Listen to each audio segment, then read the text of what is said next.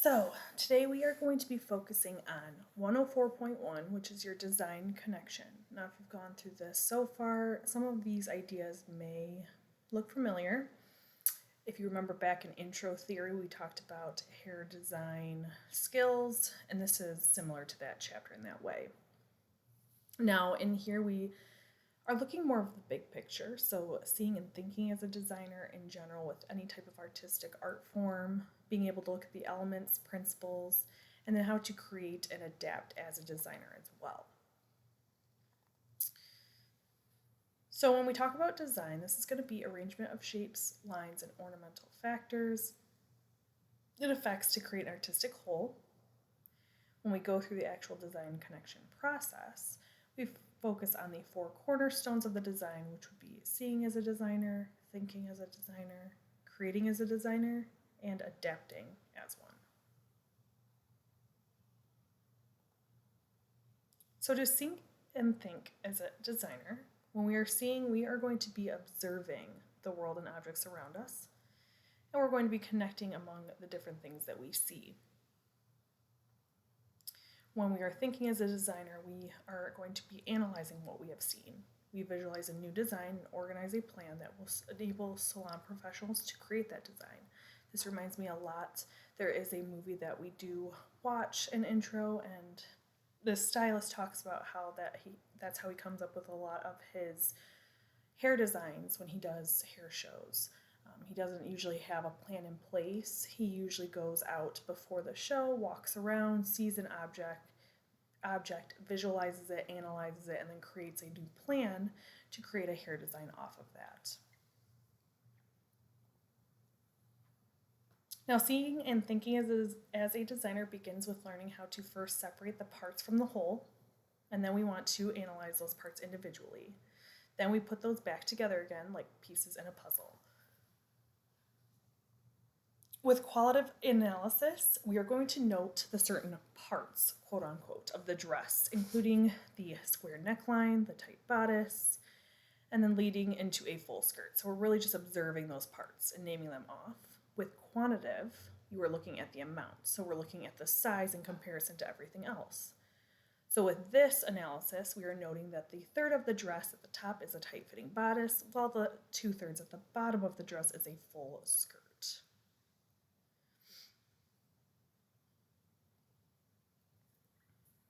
The three levels of observation are basic, detail, and abstract. This is a system that designers use to study, categorize, and communicate the reality around them in a common language. So when we are looking at basic observation, we can just see a basic understanding of the silhouette. We observe the silhouette and or the three-dimensional form. When we are looking into detail, this is where we are going to observe the texture and or color characteristics along with the ornamental effects. So looking at the qualitative analysis, and then abstract is going to be using more information from both the basic observation and your detail observation in order to view the objects in a more conceptual and less literal way, which is going to be your quantitative analysis.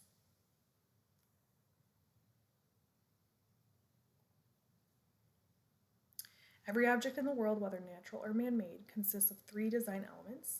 You have your form, texture, and color. So we spent a lot of time in this section talking about those three ideas. So your form, again, this is something that may have come up when you were going over this, because in the hair design skills chapter, we did focus in on this term as well. So when we are talking about form, you are looking at the three-dimensional representation of that shape. This consists of length, width, and also the depth. Whereas shape is going to be your two-dimensional representation of the form, which is going to be your length and your width. So if we think of this in terms of shapes, just very basic, overlooking the idea, you can look at it in relation to lines as well. So if you have a rectilinear shape, this is going to be a form and shape that consists mostly of your horizontal and vertical lines. Once you get into diagonal lines, you're focusing on more of a triangular form or shape. And then curvilinear is going to include your curved lines. Now you can use all of these different shapes within any of your shapes and your forms, or your designs, your haircuts, your styles, your color. You can use different geometry within those things. It's just going to typically give you a different type of interest, or your eye is going to be drawn in a different type of way depending on the lines that you use and how they are moving within the design. So you can definitely keep that in mind. You can combine one or two or a couple of those within your designs. It's the same idea again with that hair design skills chapter we talked about when we were designing the parting angles or your subsections to place your tools on, or your rollers or your finger waves. We want to make sure that we have a plan in place because these lines and shapes and forms are going to give us different feelings towards this design. It's going to give you an overall look, and you want to make sure that's what your plan was in place. Now, to really talk about shapes and form, we want to go back a little bit to basics of a point and a line as well. So a point is going to be extended to become a line.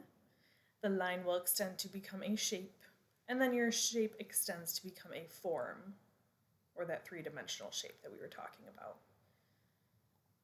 Now that just starts with the understanding of the most basic component with the point. If you continuously mark these points over and over and over again, you set them into motion, that becomes a line.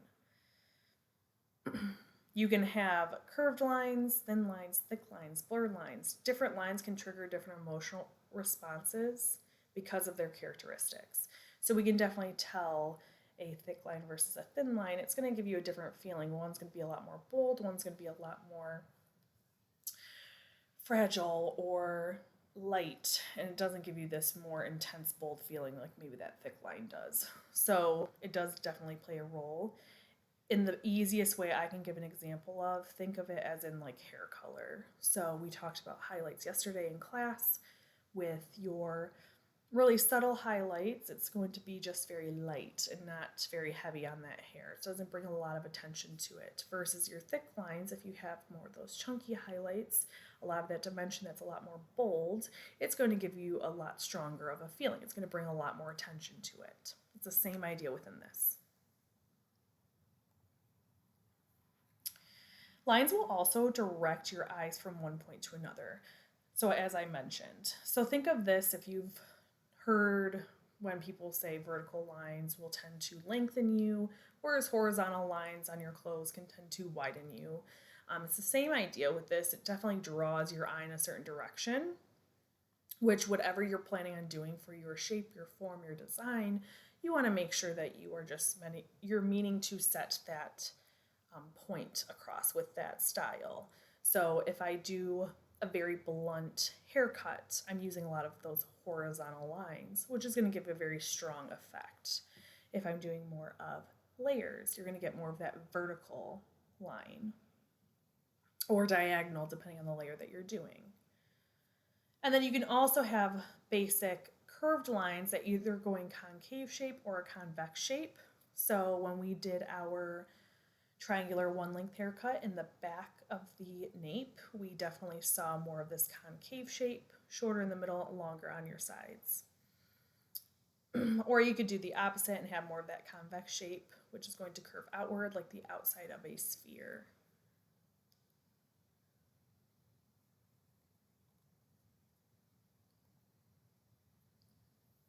Lines are used to also describe texture patterns in hair.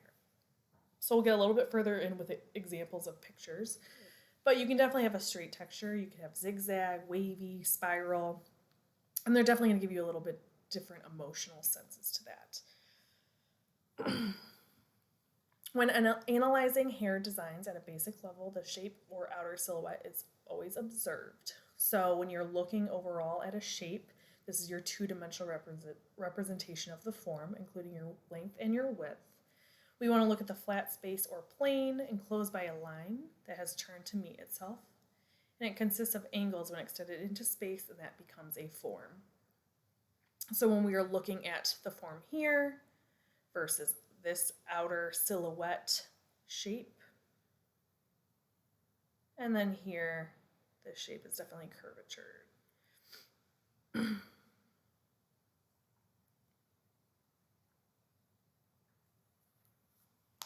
Now the celestial axis can be used to identify the overall form, line, and directions within your form. So you can definitely see in this example here, with this overall form and the lines that they use and the texture that they use, your eye tends to draw upwards toward the crown here. Here, there's a lot more height, there's a lot more texture right in the front, so your eye tends to run over here to guide it upwards towards the end of the hair.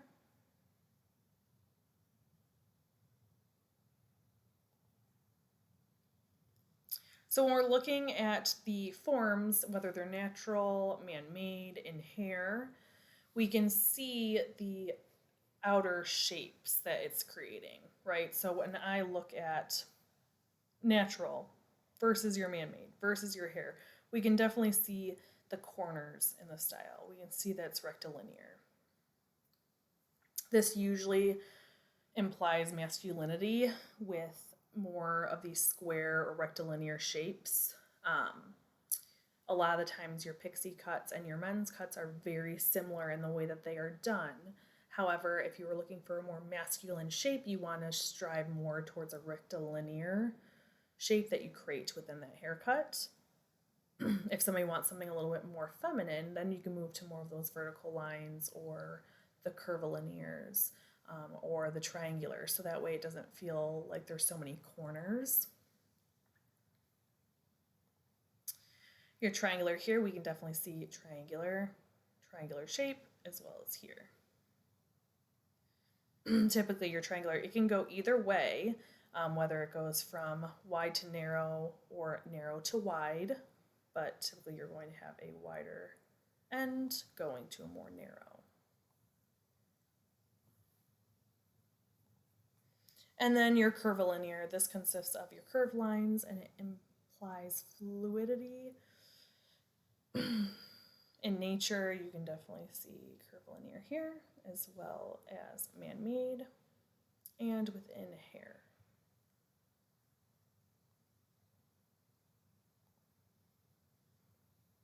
Now, another good point to talk about is texture. Texture is definitely going to give you a different type of interest within a design.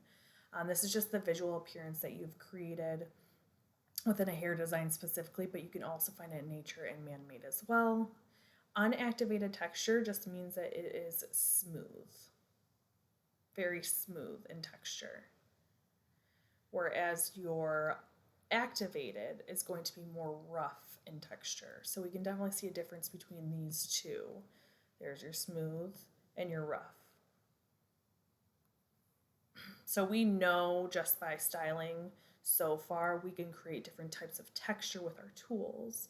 So if you're going for something a little bit more sleek and smooth, that's going to give you your unactivated. If you like something a little bit more textured, that's going to be your activated.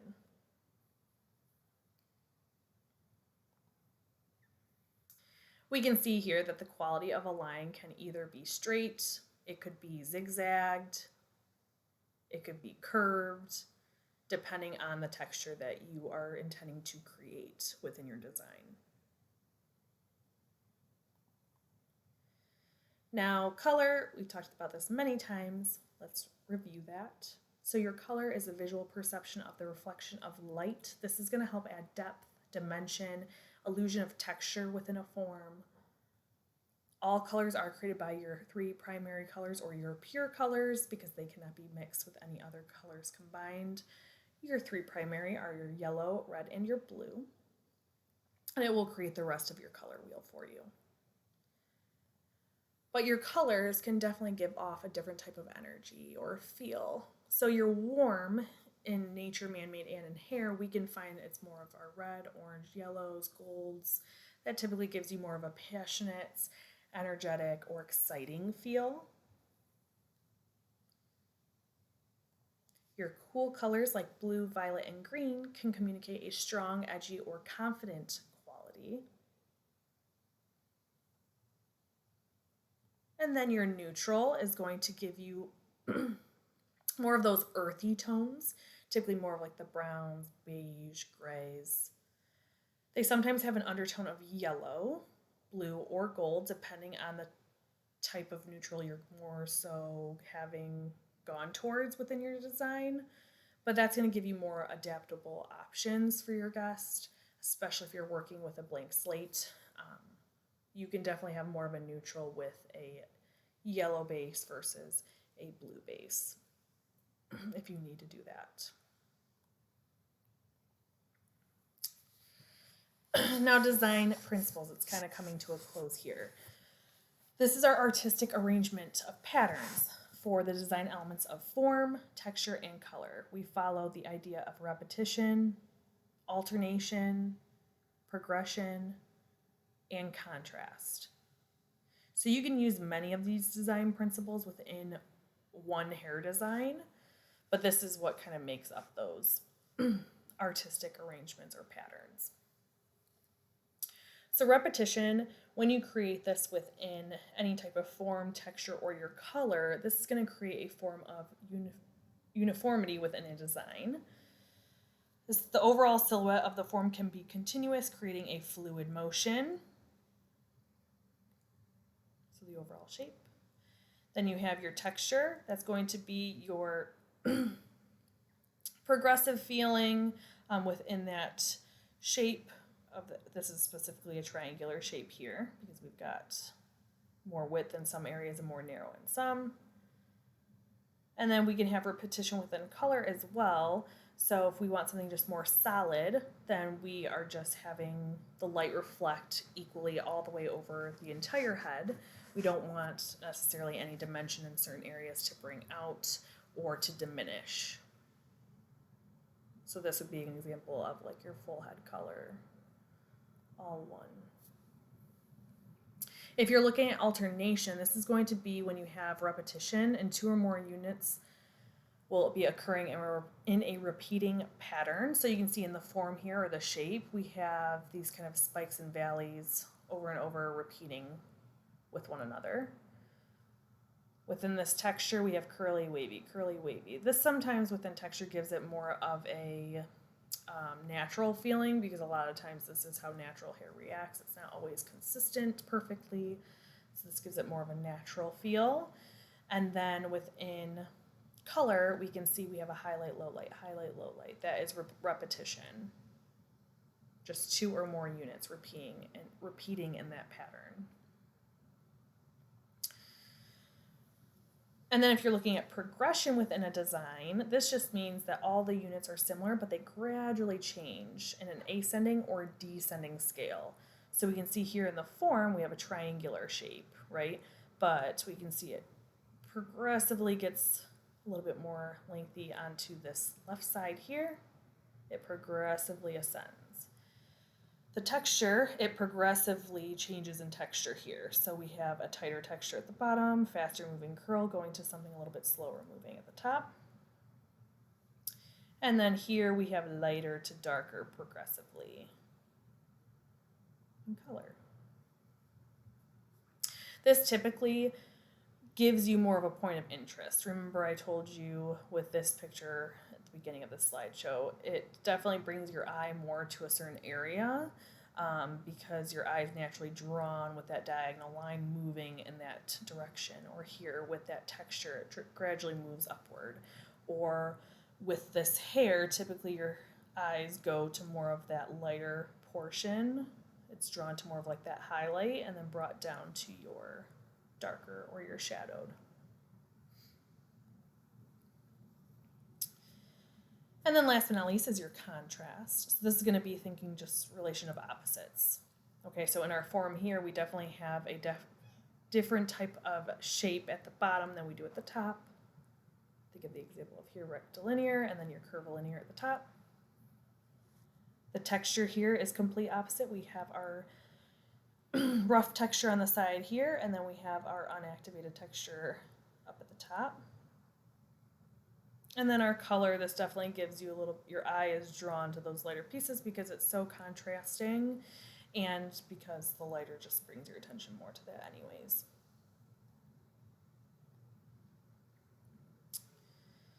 We kind of know about balance. We've talked about this a little bit in class, but balance is just when you're talking about the state of equilibrium existing between contrasting, opposite, or interacting elements. So we can see with symmetrical balance, everything is weighted the same. We don't have one side that's weighted more than the other, versus asymmetrical is that it's going to be a lot more weighted in one area than the other. Typically, your eye is going to be drawn to the area that has a little bit more weight.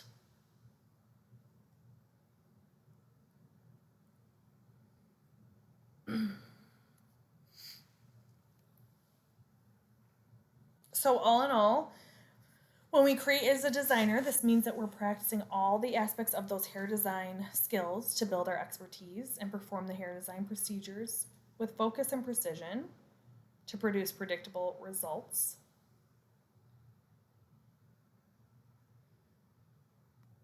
When we are creating our form, we can do this in our sculpture design. So when we're going through and cutting, if we are doing our hair design, so you're doing more of your styling, and then long hair design as well, where you're going to maybe throw in a little bit more of those design skills that we learned in that past chapter as well, those different types of techniques. And then you can also look at textures in hair design. Not saying that you have to do all of these things, but you can create texture if you're trying to create a different type of interest in your design, like I kind of talked about earlier. If you're looking for something a little bit more unactivated, you could do a relaxer design if your guest is suited for that. If you want to do something a little bit more activated or rough in texture, you could do more of your perm design, or you can go through and do your hair design with just styling products instead of using chemicals like you would with these two.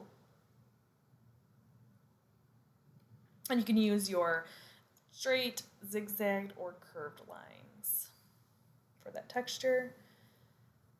And then with your creating color, we can definitely add color throughout the hair to create different type of interest there too. A lot of the times with hairstyles or haircuts like these, if you're in a salon and maybe you're going through a big change with your guest and they want to go from something significantly long to short, a lot of times you can do that form, you can create that haircut first and then go through and add color, so you can add it in those exact areas where you want to pop or shadow.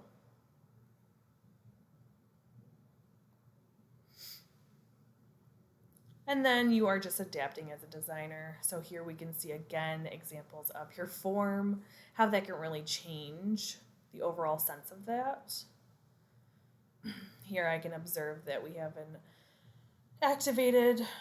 unactivated texture and then going into an activated texture. The color is a little bit more vibrant. It feels very gradual. It feels lighter at the top, darker at the bottom. It definitely it draws your eye more in certain areas. The texture here is a lot different than what it is above, so it's going to give it a different feel. And then our color here, I can observe that it's a lot more bold lines in this before. Down here, we started to use more of that overall one color or one tonal value across the board. So it doesn't necessarily bring my eye in a certain area. However, the vibrancy of it is a lot more complementary to her skin tone, I think.